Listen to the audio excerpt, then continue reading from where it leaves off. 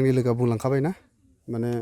जोङो बेखौ जेनुइनलि जोङो कक' माबानिफ्राय केरेलानिफ्राय लाबोदों आंनो मेन प्रुफ आंनाव सेस भिडिअ क्लिप्स दंजोबो आं होजोंनिफ्राय लाबोदों आरो दायो मार्केटआवहाय बहुतखिनि खोनादों आरो ना सोरबा बहुत खम रेन्जआवबो होदों माने हमना ला 20 थाखा सोरबा 25-30 बेयावबो होलांदों आरो ना खिन्थु आंनि जेसेबांखिनि नलेज दं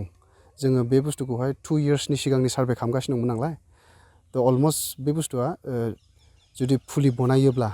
बे फिथाइनिफ्राय जुदि फुलि बनायोबा अलमस्ट 10+ जानांगौ आरो दा बेबायदि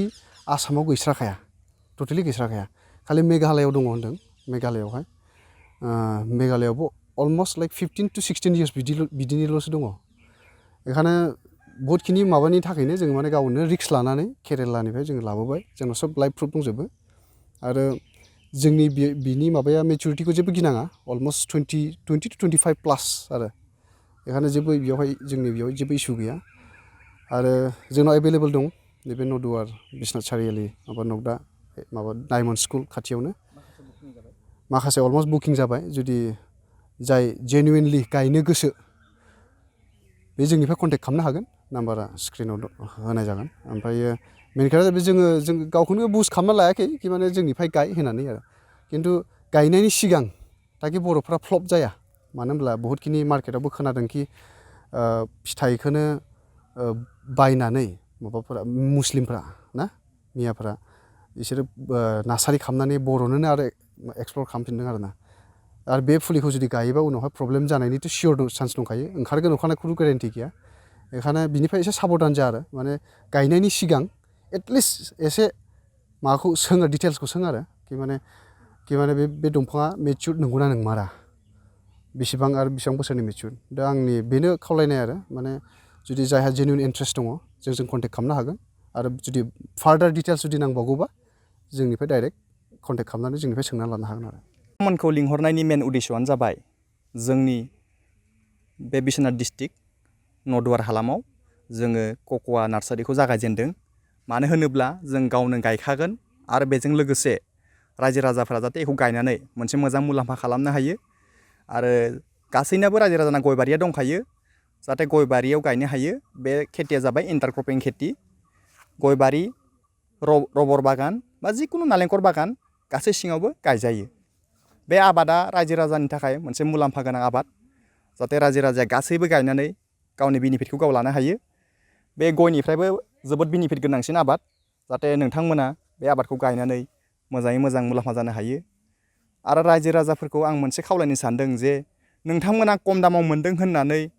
सोरबा 30 थाखायाव होदों 40 थाखायाव होदों बेखौ होननानै नोंथांमोना जाहाथे जेनुइन फुलिखौ सेलेक्ट खालामालासिनो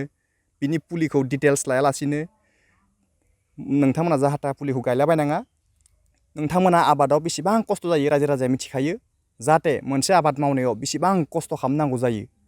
बिनिखायनो नोंथांमोना जिथु कक' आबाद मावगोन बे हिसाबै नोंथांमोना मोजाङै जोलैखौ बिजिरनानै गायो जाहाथे जों बे फुलिखौ जावैनाया जाबाय जोङो केरेलानिफ्राय लाबोदों खुद आंनि लोगोआनो थांदों बे लोगोआ थांनानै डाइरेक्ट लाबोदों ओमफ्राय लाबोनानै आङो फुलिखौ बनायदों जाहाथे रायजो राजाफोरा खाथियावनो गायनो हायो होननानै जोङो बिश्वनाथ डिस्ट्रिक्टनि बे नदुवार हालाम नगदा सेन्टार खाथियावनो नोंथांमोना बे फुलिखौ नायफैनोबो हागोन आरो कन्टेक्ट नाम्बार होनाय थागोन बे कन्टेक्ट नाम्बार होनायावनो कल खालामनानै नोंथांमोना डाइरेक्ट फेस टु फेस रायलायनो हागोन आरो बेजों लोगोसे नोंथांमोनाव जेसेबां खालि हा दं गासै रायजो राजाखौ गायनो थाखाय खावलायबाय मानो होनोब्ला मोनसे मुलाम्फा गोनां आबाद नोंथांमोना बेनिफिटखौ मोजाङै मोजां मोनगोन आरो नोंथांमोना जे जिंगा सिनाङा जे मार्केटनि प्रब्लेम जागोन नामा मार्केटनि खुनु प्रब्लेम जाया जोंनो लागोन मार्केटखौ बिनि थाखाय रायजो राजाया जेबो जिंगा सिनाङा जोङो बेयाव नार्सारिखौ अलरेडि 70,000+ बनायनाय जादों बिनिफ्रायनो एसे एनै माने बुकिं जागासिनो बिनि मेन गायनायनि टाइमखौ आं रायजो राजाखौ खावलायनो सानदों आगष्टनिफ्राय जुदि नभेम्बरसिम गायोब्ला बिनि फुलिया बारा थैया आरो मोजां जायो जेथिया एप्रिलाव अखा गोरलै मोनगोन इमिडियेट ग्रथ जायो आरो बिफाङा थाबनो पिकआप लायो बिनि थाखाय आगष्टनिफ्राय नभेम्बरसिम गायनाया आं मोजां होननानै सानो मानो होनोब्ला बे समाव सान्दुंबो खम जायो एसे गुसु नांगौ बिनो माने मोजाङै मोजां फुलिया थाङो आरो गायनाय समाव बेनो नोंथांमोना एसे हासार होनानै गायोब्ला आरो ग्रथआ साबसिन जागोन आं बेखौनो रायजो राजाखौ खावलायदों आरो जोंनि फुलिया अलमस्ट जिथु माखासे फुलिया गायनो अलमस्ट रेडि जाखाबाय आरो जिखिनि फुलि नांबावगौ नोंथांमोननो बा जों होनो हागोन एसे सप्तासे बा 10 दिनसोनि लेटहै कमप्लिट नोंथांमोना अर्डार खालामनो हागोन बा कमप्लिट गायनो हासिगोन। बेखौनो आं खावलायबावनो सानदों जे फांसे कक'वानि फुलि बनायनोब्ला मिनिमाम 10 बोसोर प्लास जानांगौ, होमबासो जोङो बे बेगरनिफ्राय जोलै बनायनो हायो। जोंनि आसामाव अलरेडि 2019आवसो गायदों, 6 बोसोर बा 7 बोसोर हाइस्ट जादों। बिनिफ्राय फुलि बनायनायखौ इसिबां मोजां जागोन होननानै आं सानाखै, बा आङो केरेलानिफ्राय जिथु कन्टेक्ट खालामनानै आङो टाच खालामदों, बिसोरो बुंदों गावसिनिया 30, 35, 40 बोसोरनि अलरेडि दंफांफोरा जाजोबखाबाय। बिनिखायनो जोङो खुद आंनि लोगोआनो थांनानै केरेलानिफ्राय बेगरखौ लाना फैदों, ओमफ्राय आङो इयाव फुलिखौ फसायदों। जोंना फुल प्रुफ दं, रायजो राजाया फुल प्रुफ लानानै नायनो हागोन जोंनि जेनुइन फुलि नंगौना नङा, केरेलानिफ्राय लाबोना लाबोमाराखै बेखौ डिटेल्स लानानै रायजो राजाया गायनो हागोन। आरो खुनु डाउट गैया। आरो नोंथांमोना खमाव मोन्दों होननानै सोरबा सोरबा मानसिनिफ्राय फुलि गायनाया आं इसिबां थिग नुहुराखै। बिनि डिटेल्स प्रुफ लानानैसो फुलिखौ गायनो हागोन नोंथांमोना।